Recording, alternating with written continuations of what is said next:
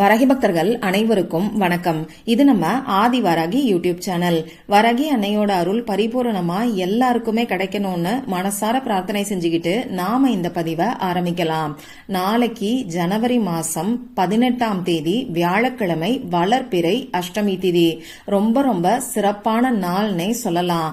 இப்படிப்பட்ட நாள்ல நமக்கு மைத்ரேய முகூர்த்த நேரமும் சேர்ந்து வர்றது கூடுதல் சிறப்பு. நமக்கு இருக்கக்கூடிய கடன் பிரச்சனைய முழுவதுமா தீர்த்து வைக்கக்கூடிய சக்தி வாய்ந்த மைத்ரேய முகூர்த்தம் நாளைக்கு நமக்கு வருது. இந்த மைத்ரேய முகூர்த்த நேரத்துக்கான பதிவு தான் இது. இந்த மைத்ரேய முகூர்த்த நேரத்துல நமக்கு இருக்கக்கூடிய கடன் பிரச்சனை தீர்றதுக்கு நாம செய்ய வேண்டிய ஒரு எளிமையான பரிகாரத்தை பத்தி தான் இந்த பதிவுல நாம பார்க்க போறோம். பூஜை இல்லாத, வழிபாடு இல்லாத முறைய பத்தி தான் நான் உங்களுக்கு சொல்ல போறேன். அதே மாதிரி இந்த மைத்ரேய முகூர்த்த நேரம் நாளைக்கு நமக்கு பகல் நேரத்துல, டே டைம்ல வருது. அதனால வேலை பாக்குறவங்க, அதாவது ஆபீஸ்ல வேலை பாக்குறவங்களும் தொழில் செய்யறவங்களும் உங்க ஆபீஸ்ல தொழில் செய்யக்கூடிய இடத்துல இருந்து செய்யற மாதிரியான ஒரு எளிமையான தாந்திரிக பரிகாரத்தை தான் நான் உங்களுக்கு சொல்ல போறேன். அதனால எல்லாருமே இந்த மைத்ரேய முகூர்த்த நேரத்தை பயன்படுத்திக்க முடியும். சரி, இந்த மைத்ரேய முகூர்த்த நேரம் நாளைக்கு எப்ப வருது, இந்த நேரத்துல நாம செய்ய வேண்டிய அந்த பரிகாரம் என்னன்னு இப்ப நான் உங்களுக்கு சொல்றேன். நாளைக்கு நமக்கு வியாழக்கிழமை. இந்த வியாழக்கிழமை பாத்தீங்கன்னா குபேர பகவான் மற்றும் குரு பகவானோட வழிபாட்டுக்கு உகந்த நாள். குபேர பகவானை பத்தி நான் சொல்ல வேண்டிய அவசியமே இல்ல. செல்வத்துக்கு அதிபதி குபேர பகவான்ங்கிறது உங்க எல்லாருக்குமே நல்லா தெரியும். அடுத்ததா குரு பகவான். இந்த குரு பகவானோட அருள் நமக்கு இருந்துட்டாலே போதும், நமக்கு இருக்கக்கூடிய எப்பேற்பட்ட வறுமையும் நீங்கும். அடுத்ததா பாத்தீங்கன்னா நாளைக்கு நமக்கு வளர்பிறை அஷ்டமி திதி. இந்த அஷ்டமி திதி பாத்தீங்கன்னா பைரவரோட வழிபாட்டுக்கு உகந்த நாள். இந்த வளர்பிறை அஷ்டமி திதி பாத்தீங்கன்னா பைரவரோட வழிபாட்டுக்கு மட்டும் இல்லாம அஷ்ட லட்சுமிகளோட வழிபாட்டுக்கும் உகந்த நாள்னே சொல்லலாம். அதே மாதிரி சொர்ண ஆகர்ஷண பைரவரோட வழிபாட்டுக்கும் இந்த வளர்பிறை அஷ்டமி திதி உகந்த நாள். இப்படி பணத்துக்கான எல்லா விஷயங்களும் நாளைக்கு ஒன்னா சேர்ந்து நமக்கு இருக்கு.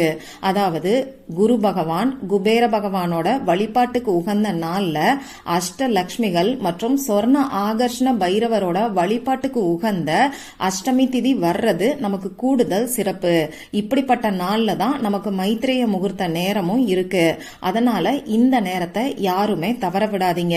இப்போ இந்த மைத்ரேய முகூர்த்த நேரம் நாளைக்கு நமக்கு எப்ப வருதுன்னு நான் உங்களுக்கு சொல்றேன். நாளைக்கு வியாழக்கிழமை காலையில 11:41 ஆரம்பமாகி மத்தியானம் 1:29 வரைக்கும் இந்த மைத்ரேய முகூர்த்த நேரம் நமக்கு இருக்கு. இதுலயும் பெஸ்டான டைம் என்னன்னு பாத்தீங்கன்னா நாளைக்கு மத்தியானம், அதாவது வியாழக்கிழமை மத்தியானம் 1 மணியிலிருந்து 2 மணி வரைக்கும் நமக்கு குருஹோரை நேரம் இருக்கு. இந்த குருஹோரை நேரமும் மைத்ரேய முகூர்த்த நேரமும் ஒன்னா சேர்ந்து 1 மணியிலிருந்து 1:29 வரைக்கும் நமக்கு இருக்கு. அதனால இந்த குறிப்பிட்ட 29 நிமிடங்களை நீங்க பயன்படுத்திக்கோங்க. இப்படி இந்த குறிப்பிட்ட நேரத்தை பயன்படுத்த முடியாதவங்க காலையில 11:41 இருந்து மத்தியானம் 1:29 இருக்கக்கூடிய குறிப்பிட்ட நேரத்தை நீங்க பயன்படுத்திக்கோங்க. சரி, இந்த மைத்ரேய முகூர்த்த நேரத்துல நமக்கு இருக்கக்கூடிய கடன் பிரச்சனை தீர்றதுக்கு நம்ம என்னெல்லாம் செய்யலாம்னு பாத்தீங்கன்னா, ஒன்னு, இந்த டைம்ல நாம வாங்கின அசல்ல ஒரு பகுதியை திருப்பி கொடுக்கலாம். நீங்க யார்கிட்ட வாங்குனீங்களோ அவங்க கிட்ட நேராவும் நீங்க கொடுக்கலாம். அப்படி இல்லைன்னா ஆன்லைன்லயும் டிரான்ஸ்பர் பண்ணலாம். எல்லாராலையும் இந்த மாதிரி அசல்ல ஒரு பகுதியை இந்த நேரத்துல திருப்பி கொடுக்க முடியாது. அப்ப என்ன பண்ணலாம்னு பாத்தீங்கன்னா, உங்க கையில இருக்கக்கூடிய 10 ரூபாய உங்களுக்கு இருக்கக்கூடிய கடன் பிரச்சனை தீர்றதுக்காக இந்த மைத்ரேய முகூர்த்த நேரத்துல எப்படி எடுத்து வைக்கணுங்கிறத பத்தி நான் ஏற்கனவே நிறைய வீடியோல உங்களுக்கு சொல்லியிருக்கேன். அதனால இந்த வீடியோல நான் அதை பத்தி உங்களுக்கு சொல்ல போறது கிடையாது.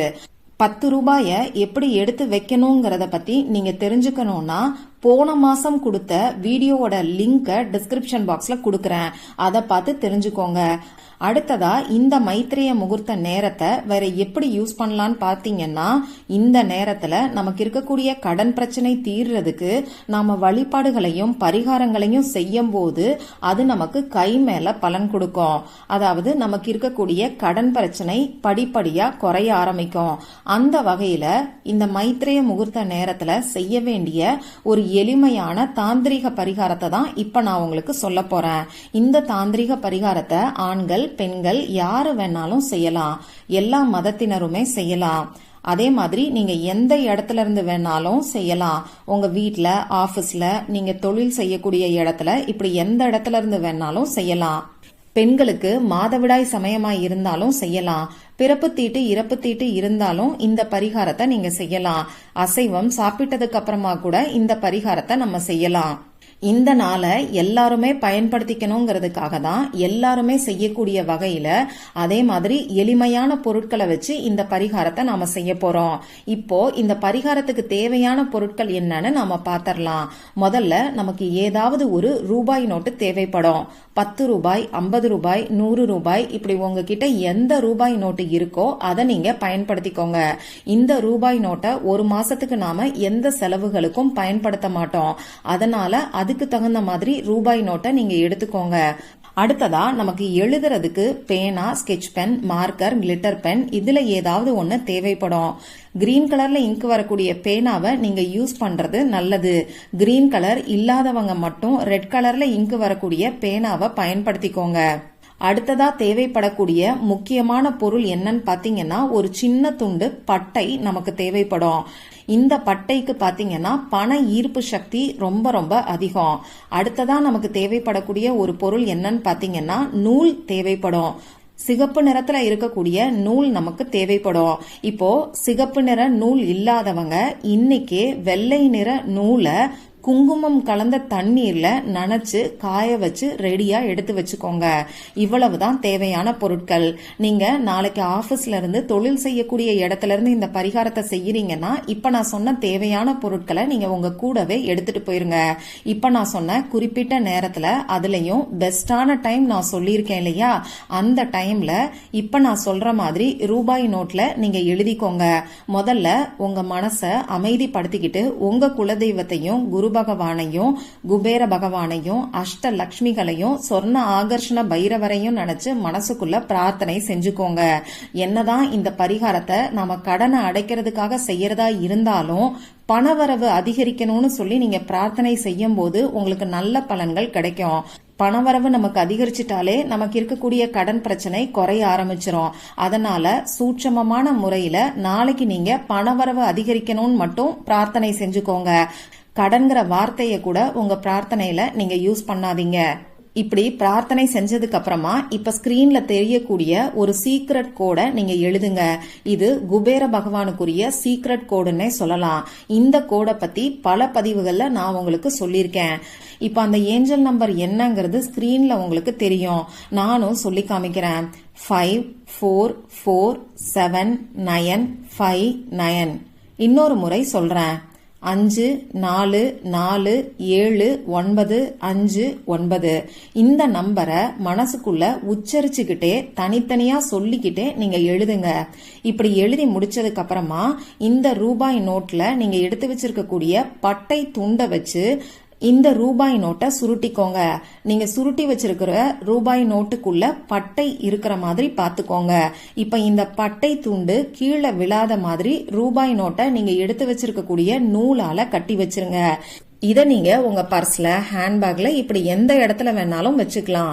வீட்ல இருந்து இந்த பரிகாரத்தை செய்யறவங்க பீரோல பணம் வைக்கக்கூடிய இடத்துல கூட இந்த ரூபாய் நோட்டை நீங்க வச்சுக்கலாம். சரி, இப்ப இந்த ரூபாய் நோட்டை என்ன பண்ணணும்னு பாத்தீங்கன்னா, ஒரு மாசம் வரைக்கும் அப்படியே நீங்க வச்சுக்கோங்க.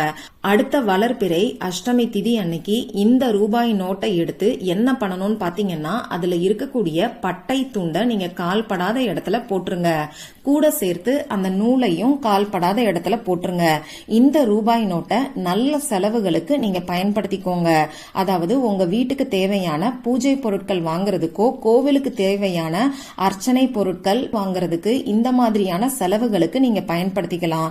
நம்பிக்கையோட இந்த பரிகாரத்தை நாளைக்கு இருக்கக்கூடிய சக்தி வாய்ந்த நாள்ல, சக்தி வாய்ந்த மைத்ரேய முகூர்த்த நேரத்துல இப்ப நான் சொன்ன முறைப்படி நீங்க செய்யும் போது நிச்சயமா உங்களுக்கு பண வரவுல நல்ல மாற்றங்கள் ஏற்படும். பணவரவு அதிகரிச்சு உங்களுக்கு இருக்கக்கூடிய கடன் பிரச்சனை முழுமையா தீரும். இந்த பதிவுல உங்களுக்கு ஏதாவது சந்தேகம் இருந்துச்சுன்னா எனக்கு கமெண்ட் பாக்ஸ்ல கேளுங்க.